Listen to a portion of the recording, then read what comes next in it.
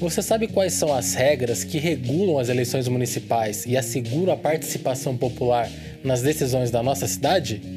Nesta edição do TV Câmara Entrevista, vamos falar sobre direito eleitoral e as normas que guiam o processo deste ano.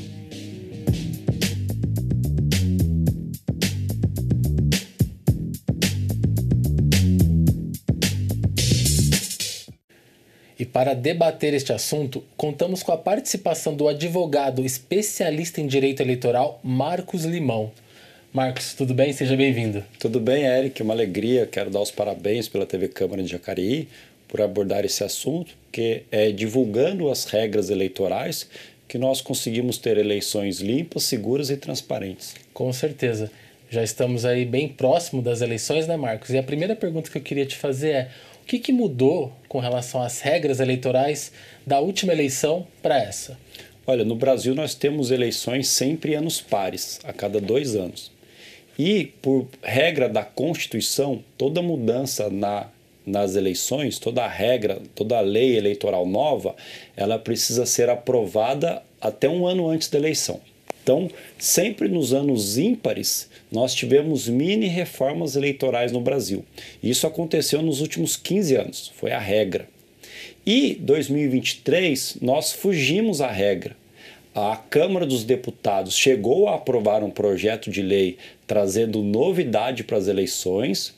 Esse projeto foi enviado ao Senado e o Senado não tramitou a tempo de aprovar com validade para as eleições de 2024. Mas é muito curioso que, embora não tenha havido reforma eleitoral em 2023, nós temos regras novas, muitas regras inclusive, para 2024, principalmente na área de propaganda eleitoral, porque existe uma preocupação muito grande das autoridades em relação ao uso da inteligência artificial, das notícias falsas e a grande possibilidade que existe de manipular a vontade do eleitor.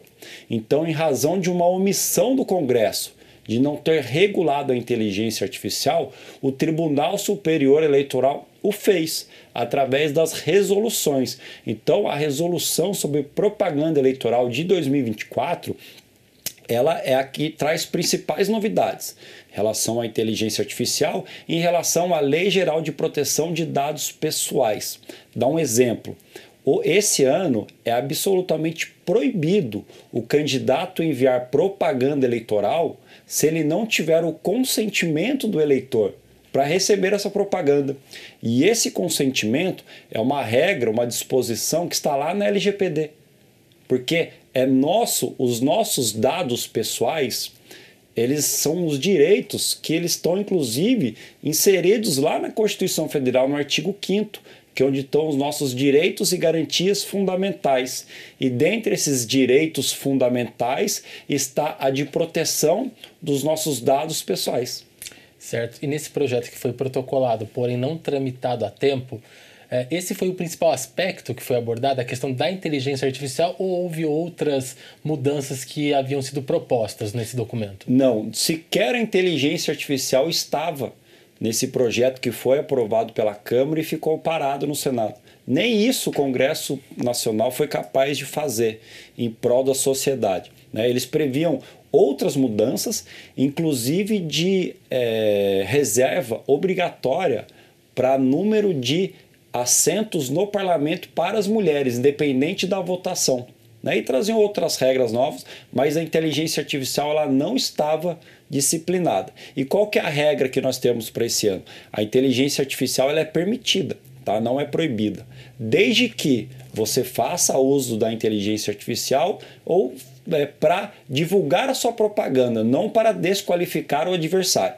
Além de ser proibido usar a inteligência artificial para falar mal de candidato, você obrigatoriamente, você que eu digo candidato, obrigatoriamente precisa avisar no material divulgado de propaganda eleitoral que aquele conteúdo foi criado usando ferramentas da inteligência artificial. São as regras que nós temos porque é uma tecnologia que está totalmente disponível, inclusive gratuita.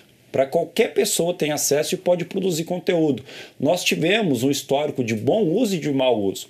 Por exemplo, na eleição da Coreia do Sul em 2022, os candidatos a presidente utilizaram-se largamente da inteligência artificial, de avatares, de chatbots, para divulgar o seu projeto político eleitoral. E foi uma ferramenta de interação com o eleitor. O mau uso nós tivemos no ano seguinte, 2023, nas eleições na Argentina, em que produziram um vídeo absolutamente falso de um dos candidatos em uma cena que ele supostamente utilizava droga. Então, e essa ferramenta, pela sua disposição, foi o que gerou esse temor e essa preocupação e mobilizou a Justiça Eleitoral nesse processo de regulamento das eleições. Certo, acho que isso foi muito importante porque, como você disse, acho que é a principal ferramenta que a gente tem hoje tecnológica diz respeito às inteligências artificiais, né? É um crescente, né? Começou com as notícias falsas, o termo fake news, né? Ele foi criado nas eleições norte-americanas em 2016. Tá? Naquele momento, a candidata Hillary Clinton ela foi uma das principais atingidas, né? A sua honra, a sua imagem, a sua moral, por notícias falsas. E dali se cunhou o termo fake news, que não existia.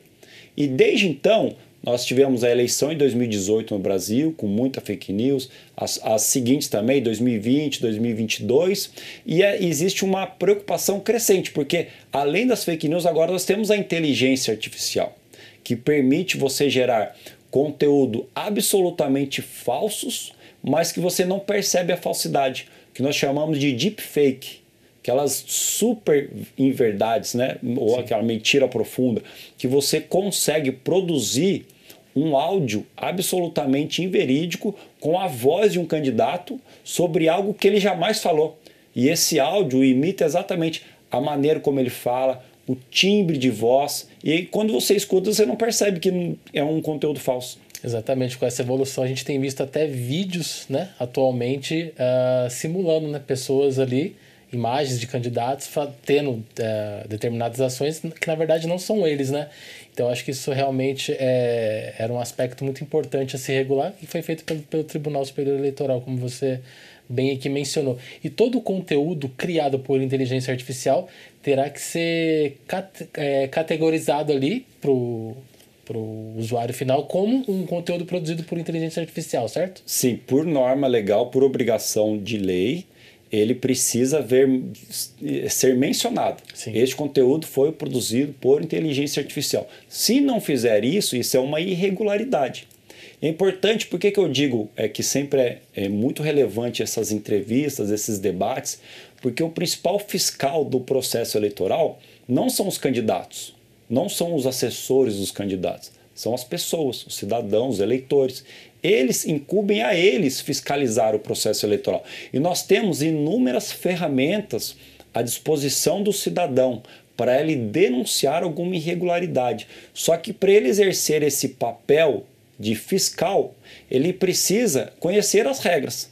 As pessoas precisam saber que, por exemplo, uma propaganda com inteligência artificial precisa vir expressamente mencionada. Que foi utilizada a IA. Senão, como é que ele vai denunciar uma irregularidade se ele nem sabe o que é irregular? Certo. E quem que julga, Marcos, essas questões envolvendo na inteligência artificial, por exemplo? Todas as denúncias vão para a Justiça Eleitoral. Né? Nós temos diversas ferramentas de denúncia. Por exemplo, existe um telefone que foi criado pela Justiça Eleitoral, 1491, chama SOS Voto. O cidadão ele pode denunciar alguma irregularidade. Se ele não tiver um telefone à sua disposição, ele pode baixar um aplicativo da Justiça Eleitoral, o Pardal, que é um aplicativo gratuito, a pessoa baixa no celular e também pode denunciar. Se ele não tiver um aplicativo, ele pode entrar no site da Justiça Eleitoral, tse.jus.br, e lá ele encontra o canal também de denúncia. Se nenhuma dessas tentativas derem certo, ele pode se dirigir ao fórum da sua cidade, pedir para falar com o promotor eleitoral, né? Certamente esse cidadão ele será atendido, o seu relato será reduzido a termo, colocado por escrito, e a promotoria adotará as providências cabíveis. E todas as irregularidades no âmbito da justiça, da eleição municipal, elas são direcionadas ao juiz eleitoral da cidade. Perfeito. E aí, num segundo momento, o recurso é para o Tribunal Regional Eleitoral de São Paulo, que é o segundo grau da Justiça Eleitoral. Entendi. E qual que é o papel do Ministério Público Eleitoral, Marcos? Ele tem um papel muito relevante, né, de ser o promotor da justiça e o fiscal da lei. Ele fiscaliza muito o processo eleitoral e o cumprimento da lei. E ao lado dele também nós temos as coligações, os partidos e os candidatos. Essas 4 pessoas, promotor, coligação, partido e candidato, eles têm legitimidade para ser autores de ações judiciais no âmbito da justiça eleitoral. Né? Uma irregularidade ou um ilícito eleitoral, ele se desdobra em um ilícito civil ou ilícito criminal. Depende do que está sendo analisado. Um ilícito civil, fatalmente, um candidato ele pode ser o autor da ação. Por exemplo, se é um caso de compra de voto, um candidato ele pode deflagrar o processo judicial que resultará na cassação de mandato. Então ele pode ser o autor dessa ação. Já nas ações criminais eleitorais, somente o Ministério Público tem a legitimidade para propor. Por exemplo, num caso de violência política de gênero, em que se identificou o agressor de uma mulher, somente o Ministério Público poderá dar início à ação penal para responsabilizar esse agressor. Perfeito. Marcos, falando um pouquinho mais da questão da eleição em si, quais são os critérios ali que definem a quantidade de vereador para concorrer ao pleito de cada município? Esses critérios eles estão descritos lá no artigo 29 da Constituição Federal. Depende, de acordo com o número de habitantes da cidade, é determinado o número de vereadores. No município como Jacareí, pelo número de habitantes, o município pode ter até 21 vereadores. Não quer dizer que terá 21, pode ter até 21. E aí essa é uma decisão política da Câmara Municipal de aumentar ou reduzir o número de representantes. Ah, sim, perfeito. Dentro de todas essas regras do processo eleitoral desse ano, teve alguma menção sobre a questão de doação para campanhas partidárias? Sim, é a primeira vez também, né, que nós temos uma eleição municipal com um volume tão grande de recursos públicos. São 4,9 bilhões de reais, tá, que estão custeando as campanhas eleitorais em todo o Brasil. E junto com isso vem um papel de fiscalização muito intenso, né, por parte da Justiça Eleitoral. Por isso que todos os candidatos são obrigados a fazer prestação de conta, inclusive candidato que não movimentou nenhum recurso financeiro durante a campanha. Então, quem registrou uma candidatura no Brasil é obrigado a abrir a conta bancária, fechar a conta bancária, mesmo sem movimentação, e ainda assim passar pelo processo de prestação de conta, que é um processo judicial autônomo de prestação de conta, que é no momento em que, então, se exerce o controle judicial e o controle social sobre os recursos que transitaram pelas campanhas eleitorais no Brasil.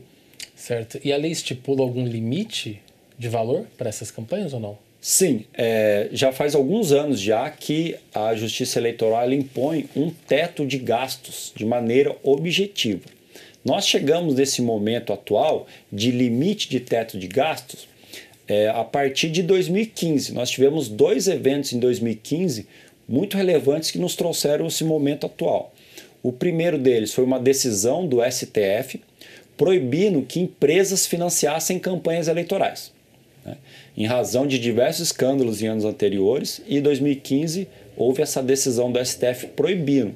Desde então, somente pessoas físicas podem financiar campanhas. E uma outra decisão, agora do Congresso Nacional, foi uma reforma eleitoral de 2015 que reduziu pela metade o tempo da campanha. Antigamente eram 90 dias, hoje são 45 dias, com a justificativa de barateamento das campanhas. Só que ao longo do tempo, né, nós percebemos que essa justificativa não se concretizou, porque o volume de recursos tem sido cada vez maior para custear as campanhas. Nós chegamos a esse patamar de 4,9 bilhões, como nunca havia sido praticado no Brasil para uma eleição municipal. Certo. De que forma o TSE fiscaliza essa questão das campanhas? Esse dinheiro, né, ele é repartido dividido entre os partidos conforme o tamanho da bancada de deputados federais, né? Então, divide entre os partidos número X de recursos para cada um. Internamente, dentro do âmbito partidário, aí cabe a cada grupo político decidir para qual candidato que vai. E, com frequência, existe reclamação de candidatos que foram preteridos em detrimento de outros que foram beneficiados com recursos públicos. Candidaturas em cidades pequenas que receberam muito e candidaturas em cidades grandes que receberam quase nada. Mas isso é uma decisão interna corporis, é uma decisão partidária. A Justiça Eleitoral ela não se intromete nessa decisão de privilegiar candidato A, B ou C. Exceto, né, aí é onde a Justiça Eleitoral entra. Ela vai fiscalizar e vai se intrometer sim, se não houver por parte dos partidos políticos o cumprimento de uma regra que determina que o volume de recursos públicos para as campanhas precisa ser proporcional ao número de candidaturas registradas em relação às mulheres, em relação às candidaturas de pessoas negras. Certo, então esse é o único quesito que a Justiça pode interferir, né? Sim, nesse momento ela começa a se intrometer no âmbito dessa divisão interna de dinheiro dentro dos partidos. Certo. Marcos, eu queria que você explicasse um pouquinho o que é a cláusula de barreira e como que ela impacta os partidos. Cláusula de barreira é uma exigência de uma votação mínima para que o partido político possa ter acesso ao direito de antena. Nós chamamos de direito de antena, que é o direito de acesso à propaganda eleitoral no rádio e na TV. E além do direito de antena, essa votação mínima é exigida para ter acesso aos recursos do fundo partidário. Por isso que desde a sua criação da cláusula de barreira, nós estamos vivendo um processo no Brasil que é de fusão de partidos políticos. Dois partidos que não alcançaram a cláusula de barreira, né? Um exemplo, eles estão impedidos de ter acesso à propaganda de rádio e TV e ter acesso ao fundo partidário. E para esses partidos não morrerem de inanição, simplesmente deixarem de existir, eles fazem a fusão e aí soma o número de deputados eleitos e aí permite essa sobrevida. E aí vira um novo partido político. Nós tivemos muitas fusões nos últimos anos, né? E que resultaram todos esses partidos que nós estamos vendo hoje. Por exemplo, o PSL, que foi um fenômeno em 2018, não existe mais, né? O PHN não existe mais. Então, vários partidos que simplesmente fundiram com o outro e deram nome a uma sigla nova, em razão dessa instinto de sobrevivência, por não ter alcançado a votação mínima exigida pela cláusula de barreira. Certo. E junto com a cláusula de barreira, nós temos a cláusula de desempenho individual, que aí é voltada para os candidatos. O candidato precisa ter uma votação mínima para ele ser puxado por um outro. Na eleição proporcional para vereador, para deputado, né, nós temos os puxadores de voto, os grandes candidatos que fazem um caminhão de voto e vão puxando do partido os que tiveram menos votos. Só que para esse candidato ser puxado, ele precisa ter uma votação mínima também, que é a cláusula de desempenho individual.